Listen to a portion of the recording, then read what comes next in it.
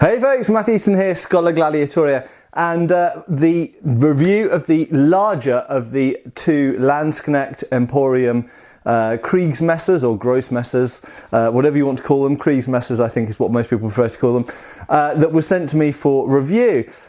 So disclaimer right at the beginning, these are not for me to keep. These are going back to Landsknecht Emporium, so you can buy these straight away, and obviously the link is below to their website. And so I'm fairly unbiased in this listing, and as you can probably tell from my previous coverage of Landsknecht Emporium, I am impressed, to say the least, by their products. Not only what they look like, how they're made, the guys at the business, how they are, the research they do, really important with a medieval replica, and the end product and how they perform.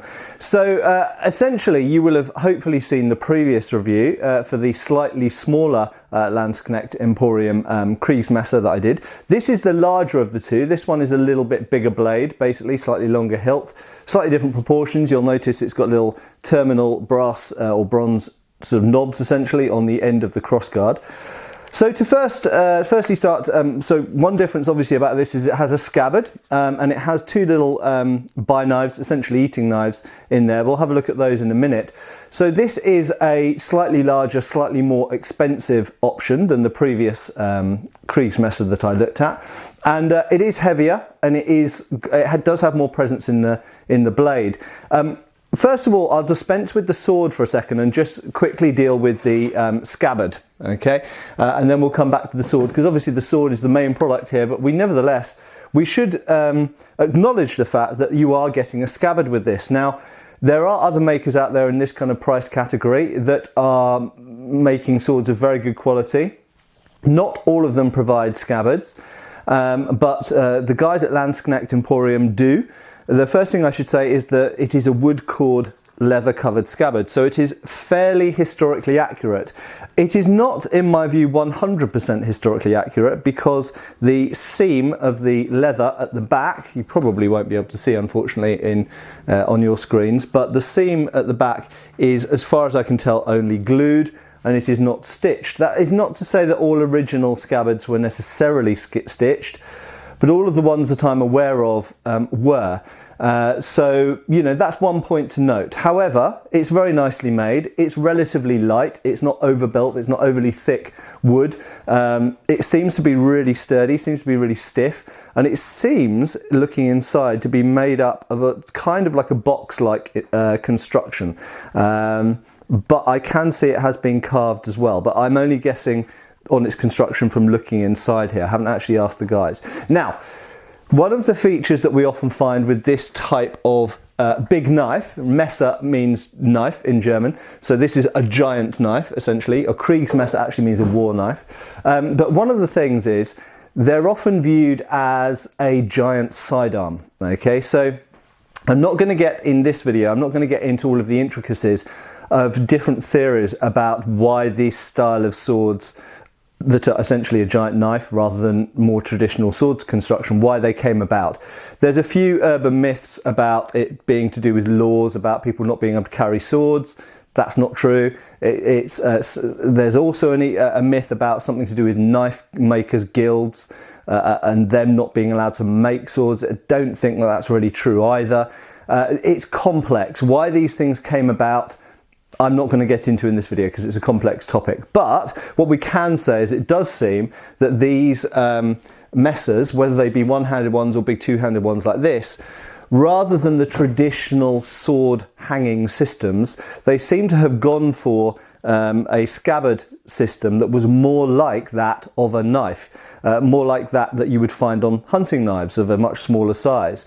And for that reason, much like those hunting knives, you see these little companion weapons mounted into their own inbuilt little scabbards on the side of the main sword scabbard, or Messer scabbard in this case.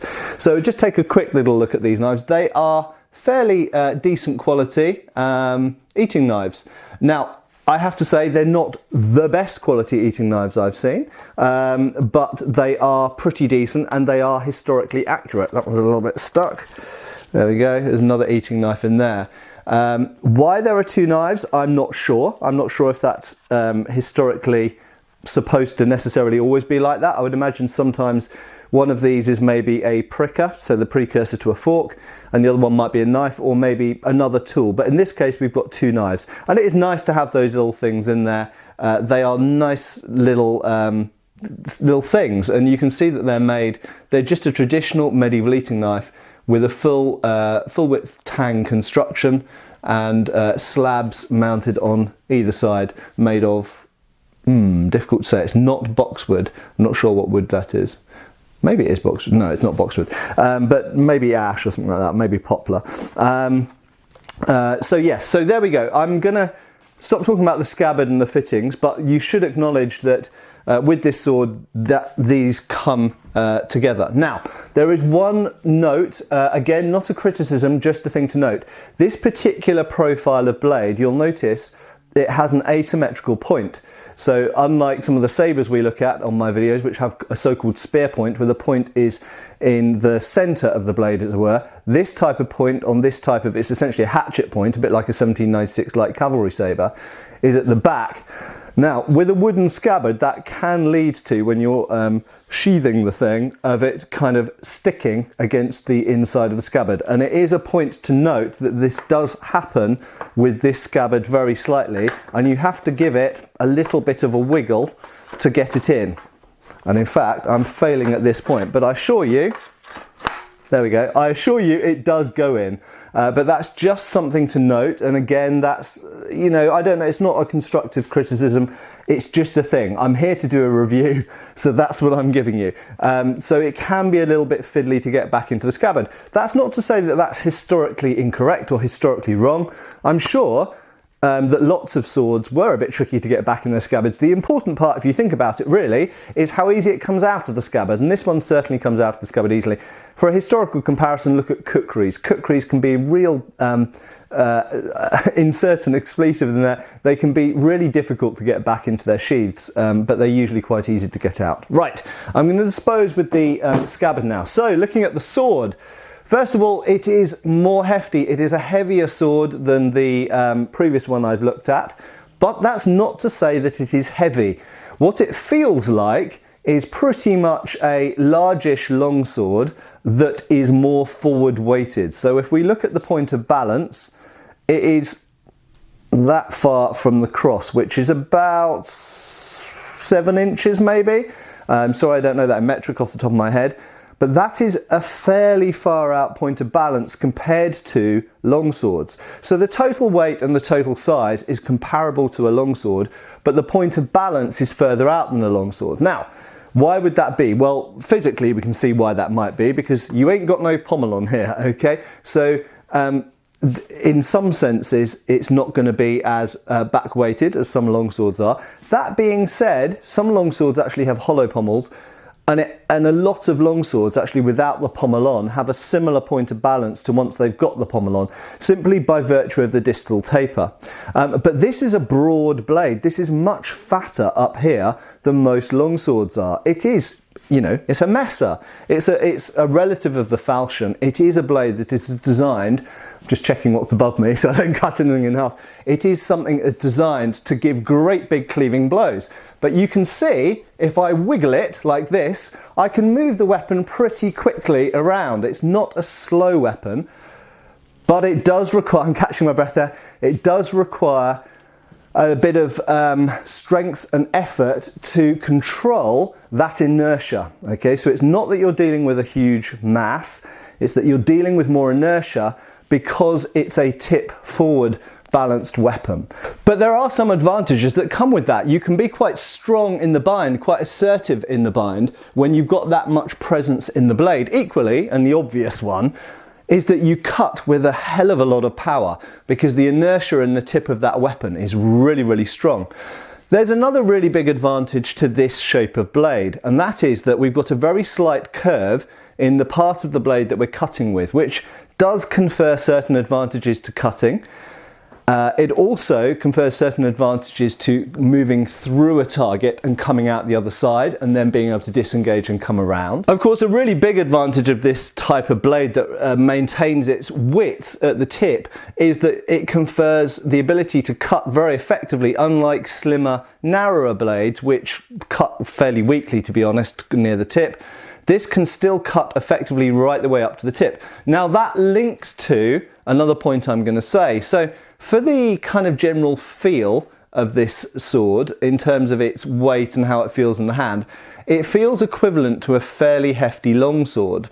Okay, not an unhistorically hefty longsword, just a blade present choppy longsword. But it's not particularly long. Now we're going to look at me going through some cuts yet again on water bottles, and the usual caveat: water bottles are just water bottles. They don't represent anything zen or parts of the body or anything like that. But they're a useful analogue because they're so widely used, and because I've been using them for lots of different swords on this channel. You can tell certain things from my cuts through those water bottles. You can tell things about how the sword moves, the edge sharpness, perhaps things about the edge geometry, things like this. What you will notice is a couple of my cuts at least were a little bit shallow in terms of they cut through the bottle, but they didn't necessarily bisect both sides of the bottle. Now that is human error on my part, hands up, because simply this blade is a little bit shorter than I'm used to for a two-handed weapon. I'm used to longswords having a little bit more length on them, and of course this isn't a longsword. It is a Landsknecht, well, it's a Kriegsmesser, but it's a giant messer essentially, and the blade is not quite as long as maybe it feels like. But that being said, as I say, the point of being able to cut near the tip and blade length are related points, because of course with a longsword that is long and pointy, it might be in technical terms longer, but where you cut with it, the centre of percussion is usually about 8 or 10 or even more inches down from the point. So the centre of percussion on that actually might have a similar distance from the hand as the centre of percussion on this, because it's a completely different blade shape. And in fairness, this sort of blade, much like other certain types of sabre, many falchions, things even like katanas, some Chinese swords like Dao, you will find that despite the fact that the literal length of the blade might be shorter, they can actually cut further up the blade, and so the distance that you are from the target should be about the same as with a longer but narrower blade. Right, so round to the sword. So the as I spoke about in the previous video, great things about this sword are the build quality. Okay, it's clearly good quality, but also without appearing in any way shoddy or kind of rough or anything like that. They have captured this medieval aesthetic, and this is something that I think is quite important if you're replicating medieval weapons, is to create something that looks like the originals. And you can create something that looks so machined and so kind of factory produced that it just, although it's technically being close to being a medieval replica on paper, it just doesn't actually look like the originals that we see in museums. What Landsknecht Emporium have done is they've created something that actually looks like a brand new version of what you might see in the Rüstkammer in Vienna, for example, or any other, maybe the Royal Armouries in Leeds or something like this. One of the museums that have these sorts of things in their collections. Now, in terms of the actual parts of the sword, so we've got a blade, it has no fullers, it is a secondary bevel it has on it. We will see how the edge performs in the cutting video. Now, one of my initial concerns about this was the edge was maybe quite thick. My experience with secondary bevels has been mixed. I'm not against secondary bevels at all. In fact, lots of the swords that I personally like a lot have secondary bevels. Secondary bevels are historical. It's not that they didn't exist in history. Many swords from history had secondary bevels. But the medieval replica world has become maybe a little bit obsessed with single profile bevels. But to cut a long story short, I thought this edge was going to be quite thick and not perform so well. Not the case. You'll see that it performs pretty well, but I'll leave that to the video to speak for itself. In terms of the distal taper, very good. We start off at probably about 5 millimeters here. Bear in mind that's a very wide blade, so you might be used to me with long swords, for example, saying 8mm or 7 or 8 or 9mm, but they're much narrower blades. When the blade is wider, it doesn't need to be so thick at the spine. So we start off at about 5cm and go down to about 3cm. It looks to me to be a more or less linear taper. Distal taper. The grind is very nice, it's very flat, it has a satin polish, as you can see. Some people prefer that, some people prefer a mirror polish, it's up to you. It has the nagel on the side that is more in the form of a shell guard, much like the other Kriegsmesser we looked at, and it has, as you can see, a long cross guard. Now, this is in common with the other Kriegsmesser we looked at. You will notice, if we come here and try and get it to focus there, that it has almost boat-like sections. So the crossguard is not symmetrical. It tapers up and then has a shoulder. Again, we'll come in here. Has a shoulder at the back just there. Now the reason is that this guard comes down the blade and is then pinned through there and riveted. Okay, so this, unlike lots of other swords which slide up the tang, this actually slides down the blade, and therefore the shape in there matches the shape of the blade. In other words, it's a sort of boat shape or triangle or wedge. So the guard is slid down here and then pinned through a hole at the top of the tang. And this, like the other one, is a hidden tang. So lots of people think of Langmessers, they think of full width tangs, kind of like a, just grab one because I've got one here, like a Bowie knife, like a giant Bowie knife. Now, some do have full width tangs, but many messers, more than people realise, have hidden tangs, and they have pegs going through the wooden grip and through holes in the tang, and those pegs are made of wood. Now, there are ones where the pegs are metallic, I believe, but it is extremely interesting, as mentioned in the other video, that in many ways does make these more like a European katana, in that they actually have wooden pegs going through the tang. Amazing. So actually, this hilt is a very similar construction to a Japanese sword, katana or tashi or whatever. Right, so the construction quality nice, the leather over the wood. Personally, I have to say, if I were ordering one of these for myself, I would quite like a nice wood to be used and for the wood to be visible. I'm actually not a huge fan of the leather covered grips. It's almost a tongue twister, but that is historical, okay? So I can't argue this is a historical replica. It might not be my exact taste. I might prefer a wooden grip that's visible, and maybe a pommel cap on the end I think would be nice finishing it off. That would be my taste, but this isn't about my taste. This is a Langmesser that's a replica of a 15th century Kriegsmesser, probably late 15th, maybe early 16th century. Okay, so it handles nicely, it moves nicely, it's got a huge amount of inertia in the blade, it's well sharpened, it's got a good edge geometry, it's all solid, really rock solid. I like the way that the knobs are riveted on the ends of the quillons of the guard. The grip is beautifully shaped, you can feel the edge leading. That's never going to turn the hand. You can always feel which direction the edge is pointing in. I like the size of the grip, I like the shape, I like the proportions. This is done with an artist's eye and it looks like an original. So without further ado, let's go over to some cutting and let's see how this performed in some cuts. And this time I made an effort to try and do some different types of cuts, and including a couple of things from German treatises, which I don't normally do because I don't normally do German fencing. But anyway, let's go over to the cutting and have a look.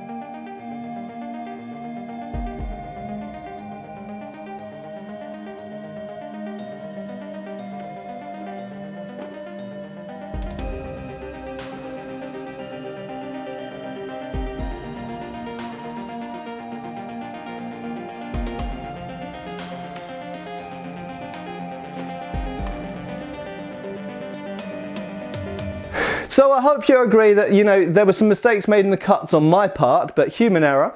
Some of that's to do with distance. I'm always switching swords, so it can get a little bit confusing as to where my distance is with a given weapon.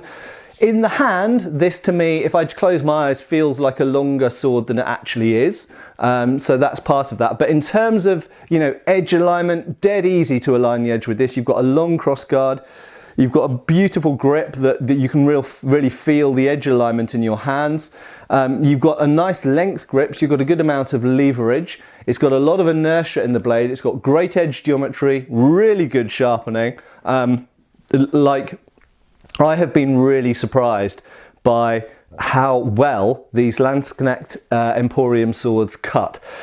I knew that they'd cut quite well because they're messers, but I have to say I was a little bit questioning of their edges. They didn't seem super sharp to me, but they cut super well. They cut so well, and as I said in my previous video, I've made a lot of comments in the past about how katanas are kind of noob swords in terms of if you're going to give someone a sword to cut with for the first or second time. In other words, they're new to cutting and you want them to have a high success rate to encourage them and so they can practice their form and not be too challenged. Katana's a good go-to sword, but I have to say, so's a messer. They just cut really easily. And a lot of that is about having a lot of inertia in the blade. A lot of it is about the fact that the blade is very stiff. In this case, it's broad. And it's got good edge geometry and good edge sharpness. So to sum up, basically Landsknecht Emporium are absolutely leading on making messers in my opinion. They look the part, they look like the originals, they handle great, the construction quality is fantastic, the edge geometry, the sharpening, the distal taper, the research that goes behind them, so how they're put together compared to the originals, they are proper replicas. And I have looked at messers from other companies, I have used other messers, but you know, in my opinion, if you're going to go for a messer, my current opinion is go to Landsknecht Emporium. They are the specialists on messers at the moment, and they're really leading the way, I think. And of course, they do their standard models, which they're adding to all the time, but they will also do custom work as well. So, Landsknecht Emporium, obviously links below, highly recommended. I'm super impressed with these swords, and they are a lot of fun if you want to do some backyard cutting or enter cutting competitions or whatever. These are serious contenders. Cheers for watching, folks, and I'll see you again soon. Thanks for watching. We've got extra videos on Patreon. Please give our Facebook a like and subscribe if you haven't already. Cheers, folks.